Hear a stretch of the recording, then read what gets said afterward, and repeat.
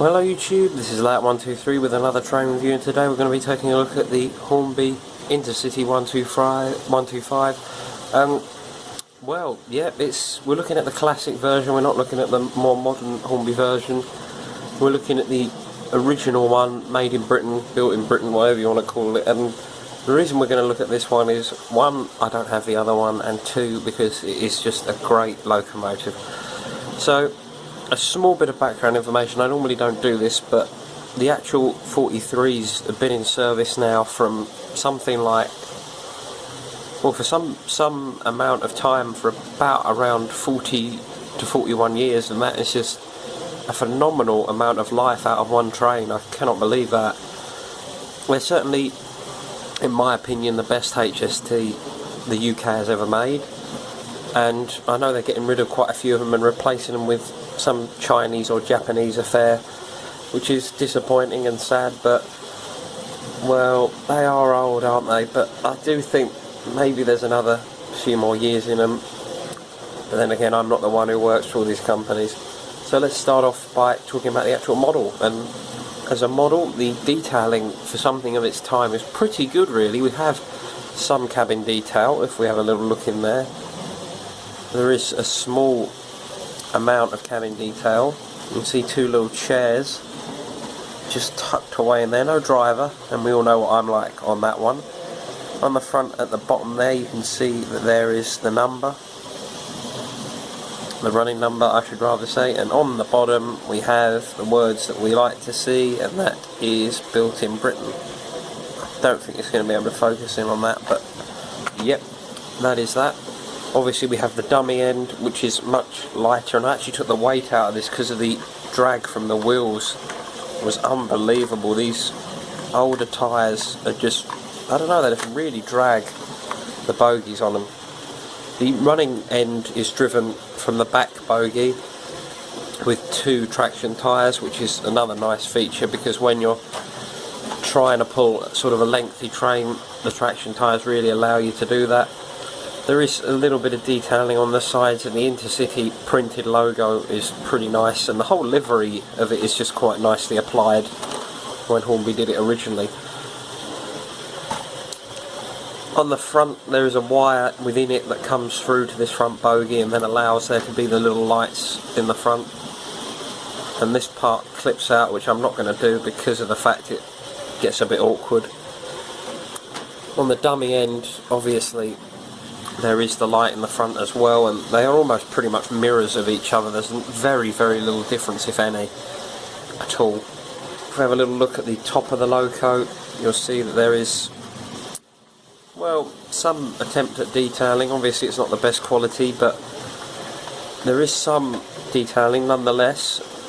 And if you just have it at the side, as the side profile of it, it just looks quite impressive. It's just a very, very nice looking train on its own. Now let's talk about the coaches, and I have two for this particular one. I have the buffet cart, which I've been told is one of the sort of rarer ones. A little bit battered and beaten, but it's really nice. Just a really nice, with the red line across the top, and the livery that was applied is very nice. Quite lightweight, which makes it easier for the train to pull around, and the wider tension lock coupling, which is absolutely brilliant, because then they don't derail as much as the thinner one. But yeah, very, very light, not very heavy at all. Quite easy to derail, in the sense that if it goes a bit sharply around the corner, because it's so light, it can derail. And I also have the standard sort of passenger coach that you see with it when it came in a set of 3. And this is just as nice as the other one, only the difference is I think the windows are actually, they seem darker on that than this. It might just be me.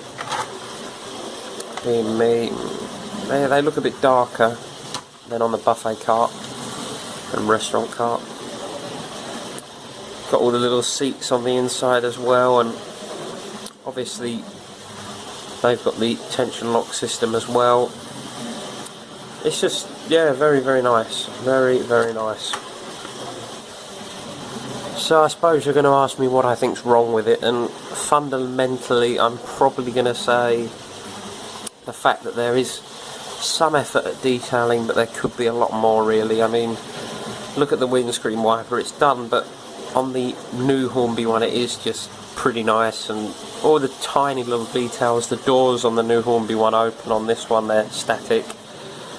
It's just little things like that that do bring this model down in some aspects of it. I mean, running performance is very good, but then again, having said that, I have two of these. I have this one and then the one in the other Intercity livery, and that is very, very bad. That's a very bad runner.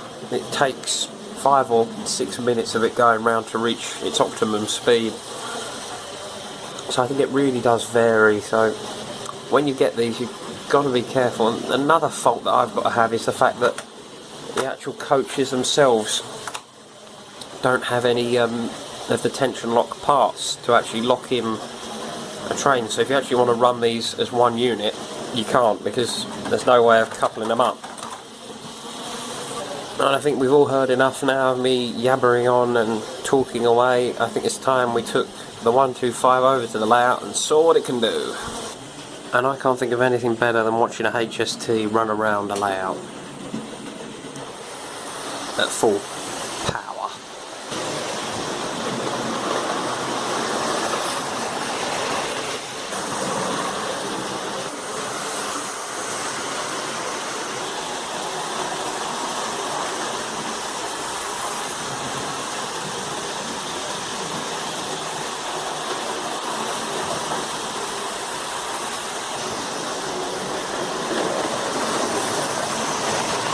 And whilst that one's going round, I'm just going to give you a quick look at the other one that I have.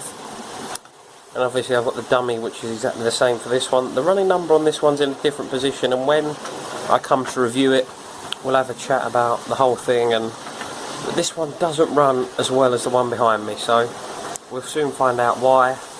I've serviced it a few times, and I'm not sure 100% why it does it, but when it comes to the actual video on it, I'll show you what we can do to try and fix it. And we've pretty much come to the end of this video, and the way I'm going to end it is sort of saying how much one of these would be worth. You're talking around sort of the £40 mark for one with all the coaches. In the box, obviously that's something different, but mine is out of the box and not really in 100% brilliant condition. The light on the front is just brilliant, and the whole thing is a beautiful setup, so I'm going to give it an 8 out of 10. For something of its time, it's great, and I can't really fault it that much because of the fact it's just such a classic on so many Hornby magazines and things from that time, posters and their collector's books. It is really just one of them models that most people know. And that is pretty much it for today, guys, and thank you for everybody who's watching and liking and subscribing. And please keep subscribing to the channel, because, well, the more subscribers we get, the more interesting the videos are going to become. So thank you very much, everybody, and see you all very soon. Bye bye.